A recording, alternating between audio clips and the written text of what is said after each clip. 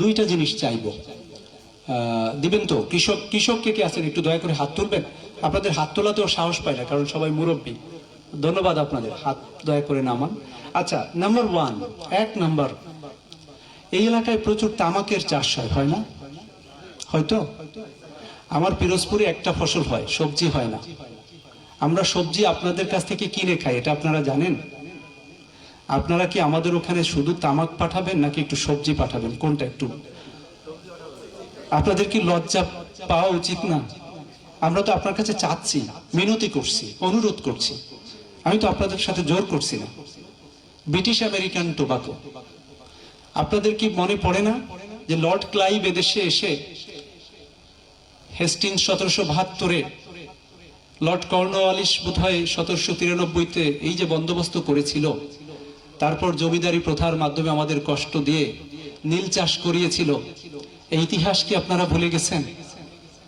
তারপর আমারই দক্ষিণ বাংলার শেরে বাংলা 1937 সালে উনি ঋণ সালিসি বোর্ড করলেন। আমার মুরব্বীরা ঋণ সালিসি বোর্ড নিশ্চয়ই জানেন। তারপর 1950 সালে এসে, তার আগ পর্যন্ত জমিদারদের হাতে কি ছিল? জমিদারদের হাতে ছিল আপনার জমির মালিকানা।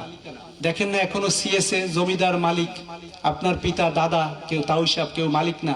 মালিক হলো কবে? 1950 সালে SA&T অ্যাক্টের মাধ্যমে। সেই যে আমরা জমির মালিক হলাম, সেই জমি ওদের কাছ থেকে আনলাম। আজকে সেই জমিতে ব্রিটিশ আমেরিকান টোবাকো, আবার সেই ব্রিটিশ, আবার সেই আমেরিকান লোক এসে আপনাকে তামাক চাষ করালো, আর আমার ওখানে সবজির দামটা বেড়ে গেল। আমরা তো চেয়ে থাকি কবে কুষ্টিয়ার মরিচটা আসবে। জানেন, আমার মা বসে থাকে, আপনাদের অনেক ফসল বলে দিতে পারে। আমার মা ওই প্রান্ত থেকে বলে যে এইটা কুষ্টিয়ার মরিচ, এইটা কুষ্টিয়ার আলু, বা এটা কুষ্টিয়ার পেঁয়াজ বলে দেয়। তো আপনারা দুটো পয়সা পান, বিনিময়ে আমরা একটু কমে খাই। এই তো আপনারা কি করে পারেন যে সেই জমিগুলো, আমি প্রথমে এসে আমার ড্রাইভারকে বললাম যে সুন্দর পালং শাক হয়েছে, তো বলছে স্যার আপনি ভুল করছেন, এটা পালং শাক না, এটা হলো তামাকের চারা। আমি আমার মনটা এত কষ্ট পেয়েছি আমি সেদিন।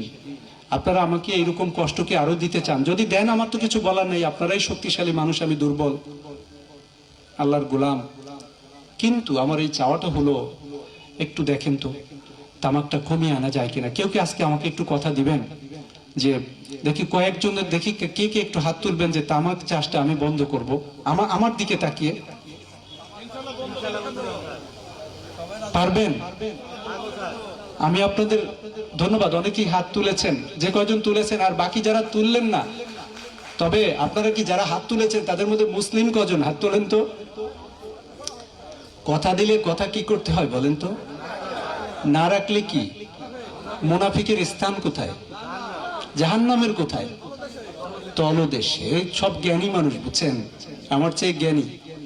তো আপনারা আমাকে কথা দিলেন, আজকে দয়া করে আপনারা তামাকটা না, আপনারা 3-4 ফসল ফলান একটু কষ্ট করে। একটু হয়তো টাকাটা কম হবে, কিন্তু বিশ্বাস করেন অল্প হলেও তার মাঝে বরকত হবে।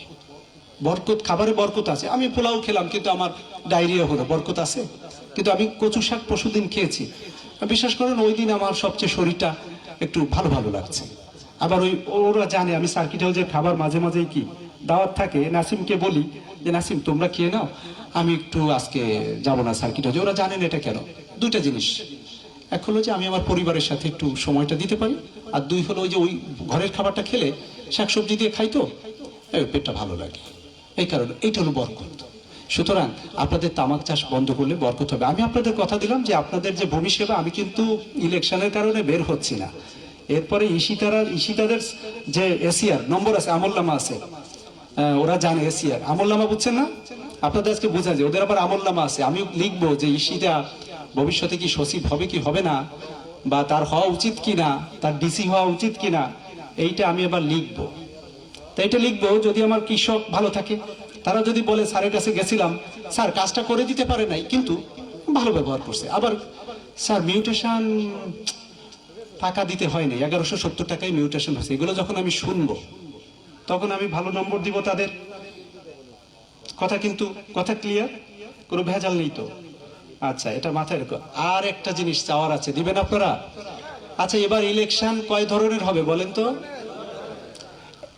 একটা হলো 5 বছরের নির্বাচন, এটা তো আগেও যেমন ছিল এবারও ইনশাল্লাহ হবে। আগামীতেও হবে প্রতি 5 বছর। আরেকটা ভোট আছে, সেটা হলো গণভোট। এটা 100 বছরের ইলেকশন। আচ্ছা, আপনারা কেয়ারটেকার গভর্নমেন্ট ছিলেন? কেয়ারটেকার গভর্নমেন্ট বলে না, কেয়ারটেকার, তত্ত্বাবধায়ক সরকার, এটা চিনেন না? এটা ভালো লাগে না? এটা আসলে মাঝে মাঝে একটু নিরপেক্ষ কেউ আসলে ভালো লাগে না? আসলেই নিরপেক্ষ জিনিসটা ভালো না হলে এইখানে আপনাদের যদি, আচ্ছা বলেন তো, ডিসি আর এসপি কেন দূরের জেলা থেকে এনে কুষ্টিয়াতে বসাইছে? কেন? কুষ্টিয়াতে আমার চেয়ে মেধাবী মানুষ আছে না? চমক হাসান তো আমার চেয়ে মেধাবী, কুষ্টিয়াতে আবরার ফাহাদ ছিল আমার চেয়ে মেধাবী, শহীদ ইয়ামিন ছিল আমার চেয়ে মেধাবী, বা এখনো এই মুহূর্তে অনেক মেধাবী লোক আমার চেয়ে এখানে কিন্তু আছে। আর কুষ্টিয়াতে এমনিতেই সমৃদ্ধ জায়গা, কাঙাল হরিনাথ, তারপরে ওই যে রাধা বিনোদ পাল, তারপরে লালনের মতো পণ্ডিত ব্যক্তি আছেন, তাই না? তারপর মীর মোশাররফ, ওনারা তো, আমি তো ওনাদের একটি ধূলিকণার সমানও না, ওনাদের পায়ের সমানও না আমি। কিন্তু আপনি দেখেন এই মেধাবী মানুষদের এখান থেকে কেন ডিসি বানায়নি? এটা কি আপনারা বোঝেন? ভালো হয় না যে বলে যে কালকে থেকে কুষ্টিয়ার একজনে ডিসি হবে এখানে, কেন করে না বলেন তো? পক্ষপাতিত্ব হবে, ওই যে বলে দিছে আমাকে কখনো পিরোজপুরের ডিসি বানাবে না সরকার। কেন? কারণ সারা বলে দিছে, বলছে যে এটা হয় নাকি, এটা তুমি ওই এলাকায় যে শেষে নিজের লোকের এসে সারাদিন বসে থাকবে, আর এর জমি আরেকজনের জমি করবা কি তুমি তোমার ভাইরে দিয়ে দেবা, তোমার আত্মীয়রে দিয়ে দেবা, এটা কখনো সম্ভব না। কাজে আমরা নিরপেক্ষ। কেয়ারটেকার গভর্নমেন্টও কেমন বলেন তো? নিরপেক্ষ। এই নিরপেক্ষ জিনিসটা আপনারা চান না? চান তো, আমি জানি, আমি এটা আমি বিশ্বাস করি যে এখানে যারা আছে কেয়ারটেকার গভর্নমেন্ট সবাই চায়, আমার একটা এই বিশ্বাসটা আছে।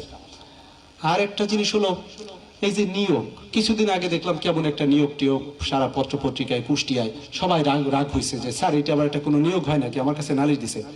এই যে চাকরি যে পরীক্ষাগুলো, এটা স্বচ্ছভাবে হোক, এটা আপনারা চান না? এই যে সামনে যে কি বলা যায়, প্রাইমারি একটা পরীক্ষা গেল নাকি, প্রাইমারি পরীক্ষায় কিন্তু দেখেছেন যে সামনে কিন্তু ভাইবা হবে, মৌখিক পরীক্ষা। দুষ্টুমি করেও যদি কেউ ওখানে যায়, এবারে ভাইবা বলে, আমি কিন্তু যেদিন ঢুকবো সেদিন ডিকশনারি আছে না বগলে, আমার এই বগলে ডিকশনারি থাকবে, ডিকশনারি নিয়ে ঢুকবো, আর বড় বড় বই নিয়ে ঢুকবো, তারপর বই মেলবো, মেলে তারপর জিজ্ঞেস করবো, বলো তো এই প্রশ্নটার উত্তর কি? যদি পারেন চাকরি হবে, না পারলে চাকরি হবে না। হাতের লেখাও দেখবো, হাতের লেখা দেখবো, সবকিছু দেখে তারপরে। আর এই যে দেখবেন যে কিছু দালালে বলবে স্যারের সাথে যোগাযোগ আছে চাকরি, এগুলো বিশ্বাস করবেন না। আমার তো আপনারা দেখলেন, কি মনে হয় 10 দুনিয়া দিলেও আপনি আপনাদের এই যে টাকায় তো পায়খানা দেখেন না, টয়লেট দেখেছেন আপনারা?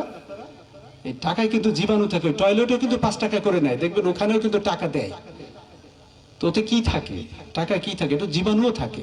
এটা এত ভালো কিছু না, যতটুকু প্রয়োজন ততটুকু আমার আল্লাহ দিয়েছে, ভালোই চলবে। কোনো টাকা আমাকে এই দুনিয়াবি কোনো কিছু আমাকে কোনো লালসা দিয়ে রাখা যাবে না। কাজে এই যে পরীক্ষা যে এই যে নিরপেক্ষ হবে, এটা চাইলে একটা আমাদের ওই যে সরকারি কর্ম কমিশন পিএসসি যেটা আছে, যেখানে বিসিএস পরীক্ষা হয়, তা সেটাকে স্বাধীন করতে হবে না?